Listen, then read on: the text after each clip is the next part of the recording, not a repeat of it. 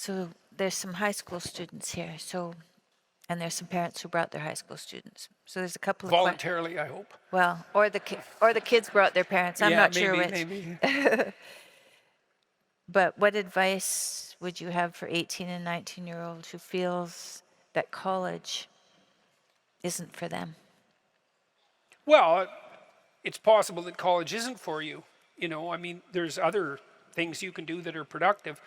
If you're wondering, if you're a high school student and you're wondering if college is for you, one of the things I would recommend is choose as an alternative something equally or more difficult.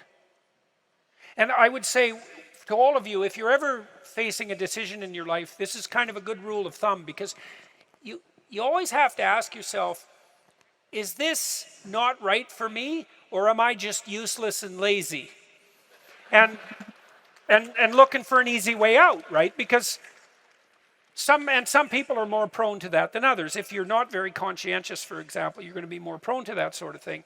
But it's good to keep yourself in check. And so maybe you're not doing very well in your job, and you think, well, I should either do a better job at my job, or maybe I should find a new job. And it's hard to do better at your job. And so then you might wonder if your decision to find a new job is just an escape. But if the rule is you'll only escape to something equally or more difficult, or more challenging, let's say, then you kind of check yourself against your own temptation. And that's a useful thing to do. And so I would say, well, if you're a high school kid and you don't want to go to college because you don't think it's for you, well, fair enough. Do you have a better plan? And if the answer is no, well, that's not a very good plan. Right? It's college or nothing. Well, go to college then, because nothing is a really bad plan. And the most miserable 40-year-olds that I dealt with in my clinical practice were pursuing exactly the same nothing at 40 they were pursuing at 20, except they were now 40. And it's just not that cute when you're 40. So it's not that cute when you're 20, really, but it's really not that cute when you're 40.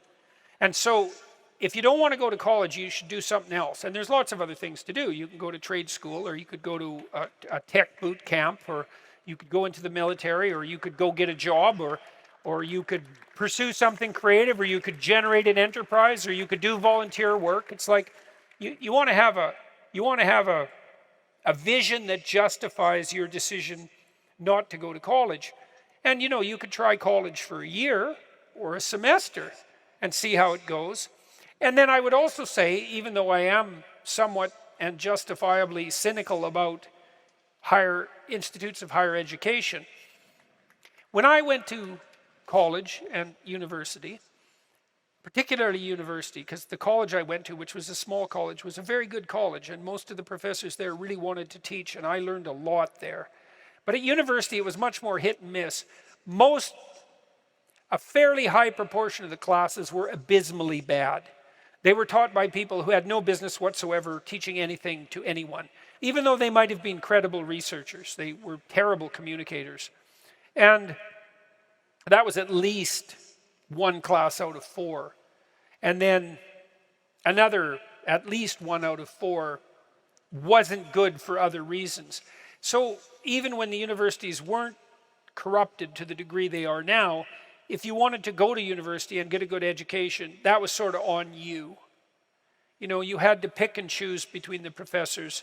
You had to use your head to find the elements of value. And I think that in most educational institutions you can still do that, although it's not the case that you can do that at all of them. And it's increasingly less likely that that's the case in the humanities, I would say. But I'm not so cynical that I believe it's impossible to go to the typical higher education institute and be careful and learn. Because there's always the library too, and the library is full of books, and books are written by great people, and you can go read the books written by great people, which is what you should be doing when you go to college anyways, or going to university, and you can still do that. And the other advantage to going to college is that you buy an identity, because you can say to people when they say, well, what are you doing? Which is sort of like saying, who are you? You can say, I'm a student. And that gives you an identity. And student means I'm someone who's made the sacrifices necessary to allow myself the freedom to determine who I want to be through a period of study extending over about 4 years. And it's not nothing to buy that identity, right? And to share it with other people. It gives you a walled garden to inhabit while you sort yourself out. And you deprive yourself of that at your peril. So if you don't want to go to college, then do something as good or better.